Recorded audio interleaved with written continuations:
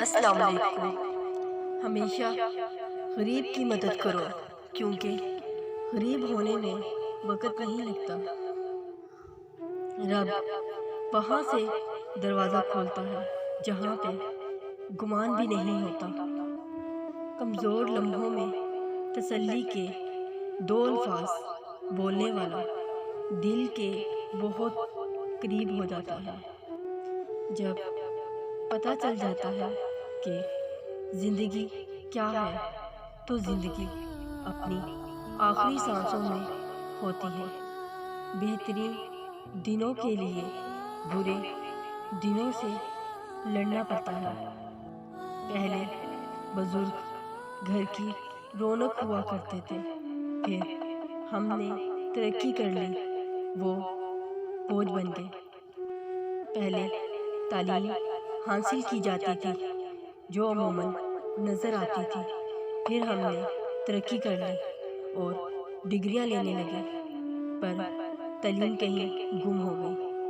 پہلے پردے کے لیے چادریں اور برقعے ہوتے تھے، پھر ہم نے ترقی کر لی اور پردے نظر آنے لگے۔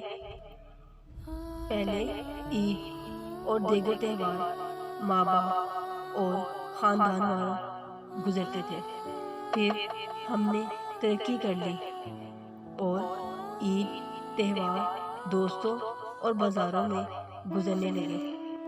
جس میں میرا اللہ راضی ہے میں اسی میں خوش۔ لوگ ہمیشہ اپنی مرضی کے مطابق سوچتے ہیں، اس لیے وضاحتیں دینے کا کوئی فائدہ نہیں۔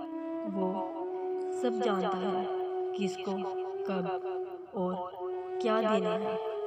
مختصر سی بات ہے کہ کسی سے امید مت رکھنا۔ لاکھ خوبصورت ہو کوئی بھی لڑکی، سب سے پہلے نصیب آتا ہے۔ تماشا یہ بھی ہے کہ تماشائی بھی اپنے ہیں۔ اگر غلطی نہ ہونے پر بھی آپ سے کوئی معافی مانگ لے تو سمجھ لینا کہ وہ آپ سے زندگی بھر رشتہ رکھنا چاہتا ہے۔ خاموشی بہت کچھ کہتی ہے، کان لگا کر نہیں، دل لگا کر سنیں۔ لوگ قریب سے انسان بھی نہیں لگتے جو دور سے فرشتے لگتے ہیں۔ لوگوں کی بے رخی سے اذیت ہوئی، مگر اس در بدر حیات نے جینا سکھا دیا۔ ایک نہ ایک دن حاصل کر لیں گے منزل کو۔ ٹھوکریں زہر تو نہیں جو کھا کر مر جائیں گے۔ جسے اللہ نے آپ سے دور کیا ہے، اس کے پیچھے بھاگو گے تو سکون کیسے ملے گا؟ شہنشاہوں کی چوکھٹ پہ سجدے نہیں کرتا میں، مجھے نوازا ہے میرے اللہ نے میری اوقات سے بڑھ کر۔ رنگوں میں وہ رنگ کہاں جو رنگ لوگ بدلتے ہیں۔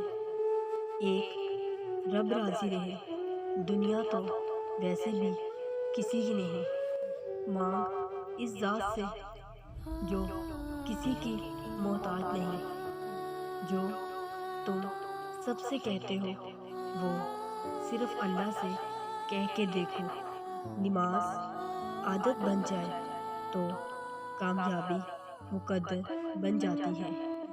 ہر کوئی کیوں نہیں ہوتا اندر سے باہر جیسا۔ گناہ گار کی عاجزی عبادت گزار کے غرور سے بہتر ہے۔ اگر دل بڑھے جاتے تو دل دہل جاتے۔